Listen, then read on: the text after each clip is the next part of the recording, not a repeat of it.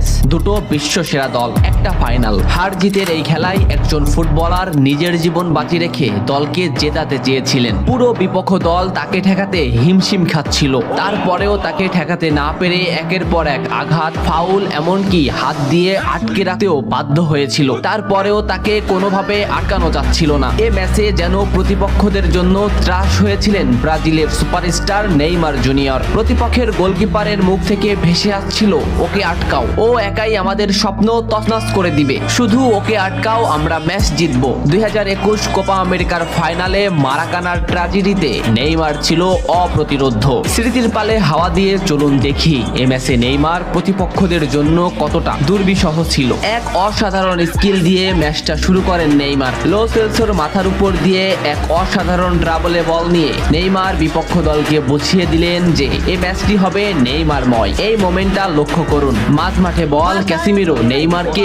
বল দিল। এই মোমেন্টে পিছন থেকে দি বল, সামনে থেকে আর্জেন্টিনার আরেকটি খেলোয়াড় সরাসরি নেইমারের পায়ে ট্যাকেল করলো। এভাবেই চলতে থাকে ম্যাচ। ম্যাচের 12 মিনিটে নেইমারের উপর যে আক্রমণ চলছে তার কিছুটা প্রমাণ মেলে। প্রতিপক্ষের খেলোয়াড়রা নেইমারের প্যান্টি ছিঁড়ে ফেলে, নেইমার সেটা রেফারিকে দেখায়। ম্যাচের 15 মিনিটে আবারও নেইমার বল নিয়ে সামনে আগাচ্ছে, কিন্তু আর্জেন্টিনার একটি খেলোয়াড় তাকে সরাসরি পায়ে ট্যাকেল করে, মাটিতে গড়িয়ে পড়েন তিনি। এত কিছু করেও নেইমারকে তারা আটকাতে পারছিল না। ম্যাচের এই মোমেন্টটা লক্ষ্য করুন, লেফট সাইড থেকে বল টেনে নিচ্ছে নেইমার। এই মোমেন্টে নেইমারকে ঘিরে আসছে প্রতিপক্ষের 4টি খেলোয়াড়। 2টি খেলোয়াড় সরাসরি নেইমারকে পায়ে ট্যাকেল দিলেন, মাটিতে পড়ে গেল নেইমার, কিন্তু নেইমার ঠিকই পাকুয়ে তাকে বল দিয়ে দিলেন। ডি বক্সের সামনে নেইমারের পায়ে বল, বলে না হিট করে সরাসরি নেইমারের পায়ে হিট করে ডিপল নেইমারকে ফেলে দিল। ডিপলকে এক সাংবাদিক প্রশ্ন করেছিল, কোন ফুটবলারকে আটকাতে তোমার সবথেকে বেশি কষ্ট হয়েছে? ডিপল নিঃশ্বাস নেওয়ার আগেই বললেন নেইমার। কোপা আমেরিকার ফাইনালে নেইমার ছিল